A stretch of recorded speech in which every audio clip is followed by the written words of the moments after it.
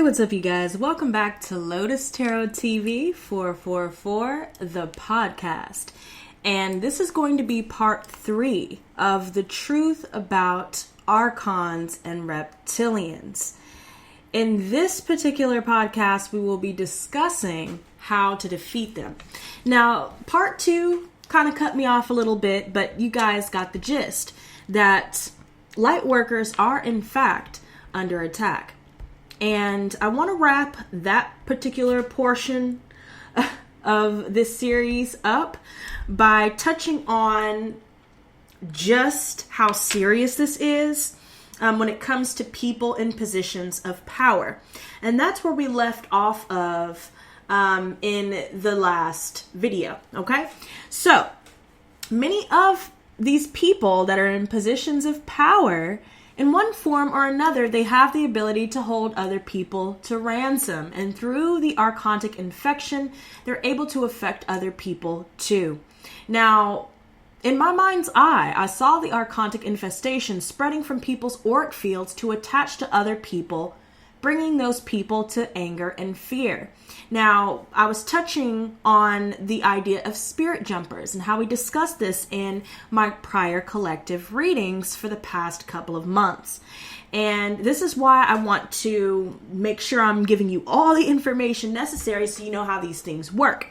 And when we talk about bringing people to anger and fear, like they often do, this is what feeds the archontic parasite, and thus more and more people are becoming infected. Fear is their most preferred food. So when we are afraid, we leak our power, and thus we become easy food for these vampiric archontic entities. Now the thing about how some people feel as though vampires are real, to be honest, in this aspect, yes, vampires are very real, and this is how they operate. We talk a lot about cluster B personality disordered people, and personally, I really do feel like it has a spiritual connotation with what's going on. And honestly, through my experience with these beings, I didn't really think that they were as intelligent. I mistook them to be simple astral parasites, but the more encounters that I have with them, I realize that they're a lot more intelligent, and the more they infest humankind, the more intelligent they become. So, damned if you do, damned if you don't, And so they're feeding off of mankind's ability to have imagination and creative abilities, because they don't have that ability within themselves, but they do have the ability to trigger and steer the creative imaginative powers of the human for their agenda, which is complete domination. So with that in mind, you guys, there's a big difference when it comes to people that are simply infected, to people that have full-blown possession of archontic entities. And so, when we talk about these archontic entities, keep in mind that they're not really fully formed when it first infects its host. It can even stay dormant for years before some rising of frequency awakens it. So once this certain energy or certain frequency triggers its awakening, it can feed off of the energy, which is broadcast from our DNA and begin a gestation process, which results in an embryo parasite developing in the solar plexus. Now, the parasite can go on to inhabit all the chakras, but it seems to start its takeover process from within the ego center in the solar plexus. Now, from within the solar plexus, the archontic entity begins to control the lower mind, the rational mind. It does not dwell in the conscious mind, but burrows itself into the subconscious. So from the place of the subconscious, it can trigger issues, unresolved trauma, and negative mind patterns, which are damaging to both the host and all those around them. So the archontic parasite can influence all of the thoughts of the host, and the host has no awareness that these thoughts are not their own, and that they are under the influence of an entity. And so they will instead blame all those around them. Now, I often see those who are, hosts to these parasites. They like to accuse other people for doing the things that they are doing themselves. And you know how we always talk about blame shifting, from narcissistic people or just full-blown narcissists. And projection, people projecting their insecurities upon us and all of these different things. So, these people will blame other people for, their own negative emotions, thoughts, and opinions, And they're caught in a mirroring game, which they can't get out of. So when you interact with a person who is under an intense archontic episode, you will notice that they think everyone around them, are trying to, harm them or whatever, they think that everyone around them has negative intentions. They start throwing out accusations, which surprise the accused, because usually the accused aren't doing anything at all. If anything, they're the one person that's sticking around to try to help these people that are dealing with these infestations. But the people that are dealing with full-blown possession and even infestation, they can't see past their own projections and thus think everyone else but themselves are at fault. Now, guys, drop it in the comments below who that reminds you of. I'll wait. Now, it can become very tricky as this archontic episode can affect others around them. It can become infectious. So those people around them who have issues which are similar going on within their own egos will also become triggered. And they then are open in those moments of judgment to becoming infected by the Archon parasite themselves. Once the archontic parasite has gained enough food from the negative emotions, it will pass back into the subconscious and remain hidden. The hosted person will go from acting mean 1 minute to having no awareness of what has just occurred. It's not clean cut, and it's hard to stay objective whilst in an archontic drama, okay?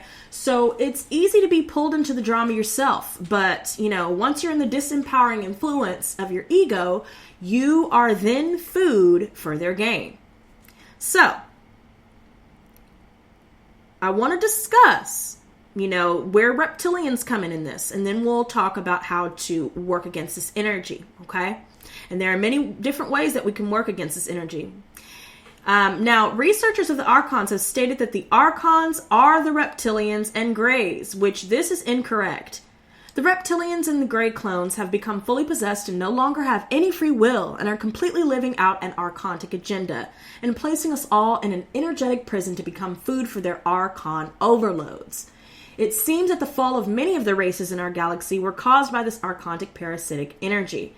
Where did these Archons come from originally? Well, the story goes that a race of humanoid beings created an artificial wormhole in the outer skin of our universe, creating a tear in the fabric of our universe, allowing the infection of these archontic entities to enter the universe.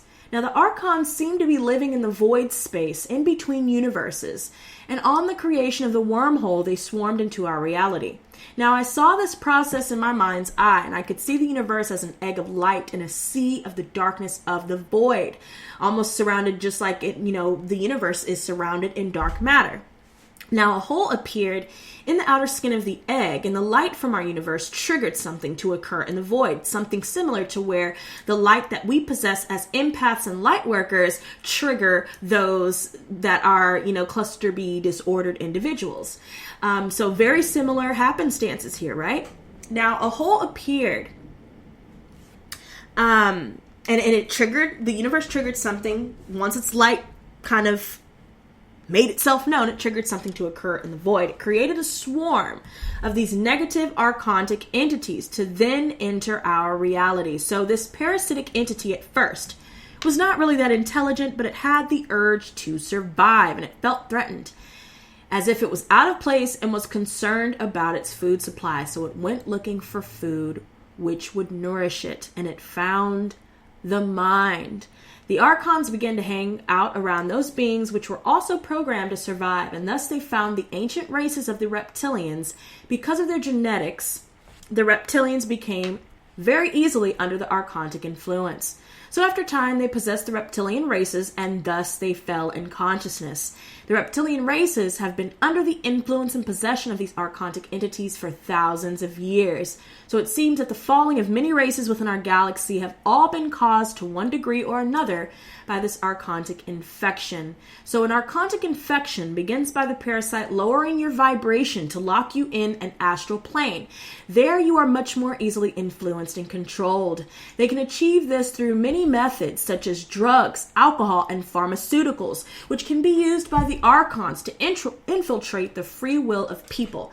Now, speaking of drugs and alcohol, there was a channeled message that I had posted months ago, and in regards to us needing to beware of pharmakeia and alcohol. And we talk about, opening ourselves up to possession through use of these substances. And when I used to use a specific substance, they call it speed, and the pipe. It's so interesting. I'm going to include links, to the resources that I've used for this research. But the pipe used to smoke that particular substance looks just like the pictures of these archontic entities. It's very strange. And so, pharmakeia, pharmaceutical, it makes me think of big pharma. Everybody, one way or another, is on some sort of drugs, whether it's prescribed by, a psychologist, psychiatrist, or whatever the case may be. So I want to talk about how this works, right? Now, in this state, the possessing entity can then be draining the energy directly from the solar plexus. So anybody trying to get rid of, an archontic infection will be brought very quickly to paranoia and anger towards other people. It is reported that speed addicts, I just got through mentioning this, and heroin users often see these archontic parasites as demons around them. I've been talking a lot about staying away from substances and alcohol lately, you guys. Now, the Archons can merge their distorted vibration with ours and increase the negativity of our emotional and mental attitudes. This is a process of deconstructive interference. They set up a distortion in our mental body which directly affects our thoughts, causing us to spiral down in energy to lower and lower thought processes. And from this state, we are easily led and programmed by the mind parasite. We begin to believe these thoughts are our own and then empower them and thus create the reality the archontic entity wishes us to manifest. They are responsible for the thoughts of the artificial matrix in which we live. We are living in an archontic nightmare brought about by our own creative powers. So, how do we rid ourselves of this infection? Well, it won't be easy, but in layman's terms, this is how. When they tap into your chakras, they seek out your weakness and lodge themselves there. Even physical impairments of your body. This is also where they tap into. Fractures in your aura. The removal is often and always from within, as the essence of humans are not entirely fixed energy. That means you exist on multiple planes of frequencies. The trick to knocking them out is to become aware of them, but to not fixate on their existence.